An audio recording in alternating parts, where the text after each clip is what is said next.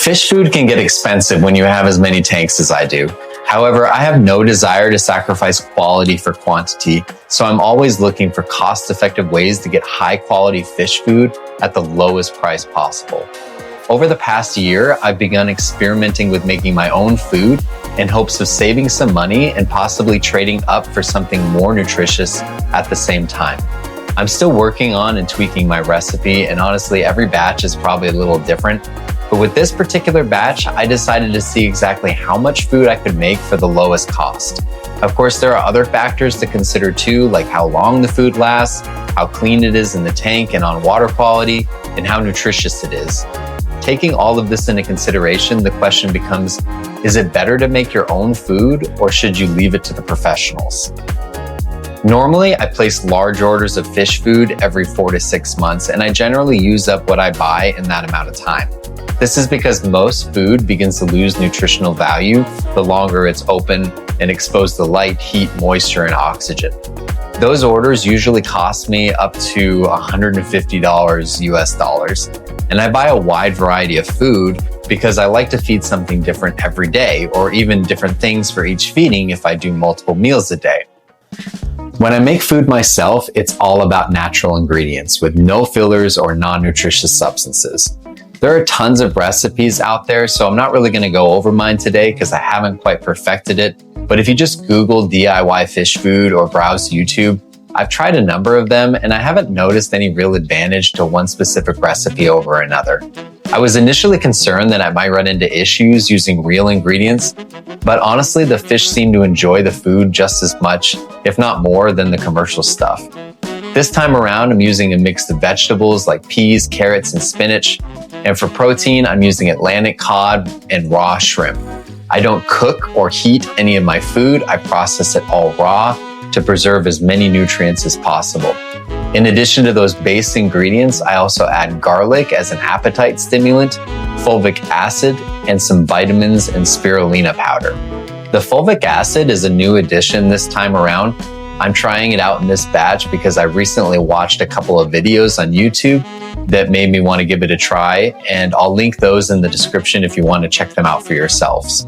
I don't add too much of the vitamins because it is possible to overdose on those, but I add just enough to feel like I've got a well-rounded nutritional profile. To prepare the food, I use a kitchen scale to get the measurements I want for each ingredient.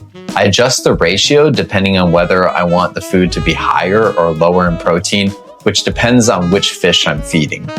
Once measured, I add all the ingredients to a food processor, I add enough water to create a thick paste, and I let it grind down as much as possible. At this point, you have a few different options for how to finish and store the food. Some people freeze the paste into small cubes using an ice cube tray and feed the food frozen. Some recipes call for adding gelatin and processing it a little bit different. This isn't something I do, but it's worth mentioning. The gelatin helps to bind the food together when it's added to the tank, which reduces the chance of it dissolving into tiny particles and fouling up your water. I personally use a freeze dryer.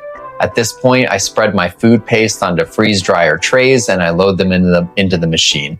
Now, I know a freeze dryer isn't a machine that most people have or have access to, but if you want to try this method, you may still be able to find one. There are quite a few people who own freeze dryers and will let you pay them to run a batch. Check Facebook Marketplace or whatever local service listings you use for buying used products or finding local help, and you might be able to find somebody who will run your food through their machine for you. There are some real advantages to using freeze-dried food. The number one advantage is that it has a long shelf life, and it lasts much longer than frozen or flake food and maintains its nutritional profile a lot better. In fact, freeze-dried food, when stored in an airtight container with an oxygen absorber and kept away from light, can last 15 to 30 years. When it comes out of the freeze dryer, the food is a dry, crumbly sheet that I usually break into pieces when I'm ready to feed it. And I can adjust the crumble size depending on the fish I'm feeding. Sometimes I'll just drop a chunk of it in and let everyone pick at it. For bigger fish that tend to swallow food whole, that approach doesn't work so well, so I break it up further in those cases. One of the interesting things about freeze-dried food is that it expands when it gets wet. So a small piece ends up being about the same as a pellet once it's rehydrated in the fish's stomach. When I first started feeding this way, I was really worried that this expansion might cause bloat. But actually, since I started using this food, my cases of bloat have actually dropped to 0. This leads me to believe that the real cause of bloat is likely the fillers in commercial food that clog up the gut, not the expansion itself. But my food is 100% nutrients and has no fillers. It's easier on the digestive system. That's my theory. I don't have any studies or proof on that, but that's just my guess based on my experience from when I've started using this food.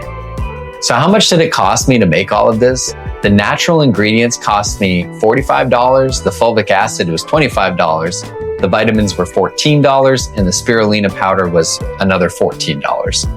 Now, I didn't use a lot of the vitamins or spirulina powder, and both will last me through multiple future batches. So this batch, I'd say I spent about $75 in total. So that's about half my 4 to 6 month food budget. To be honest, it looks like a lot of food, but because of the freeze drying process, it's actually mostly air. So I'll probably go through it faster than flakes, and definitely faster than pellets. That said, it will still last me quite a while. And when it's stored airtight, it'll probably last longer than my fish actually will live. Even if I go through it in half the time as my usual $150 every 6 months, I'm still happy with it because I know exactly what my fish are eating, and I'm getting all the benefits of real ingredients, no fillers, and full control over the recipe. Now let's be honest, there are some downsides. First, there's a lack of consistency in the size of the food you're feeding. You don't get uniform pellets. Second, depending on how you feed it, there's some potential for the food to foul up your water if it dissolves too much. And third, there really isn't one recipe out there that's universally agreed upon as the healthiest for all fish, so you'll have to do your own research based on the species that you keep. A good example of this, I recently learned that some fish don't do well with raw shrimp in their diet. So now I'm on the hunt for a bug-based protein alternative that I can freeze dry.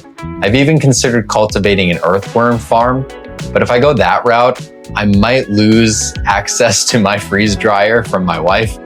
It's one thing to freeze dry shrimp, but freeze drying earthworms, that might be pushing it.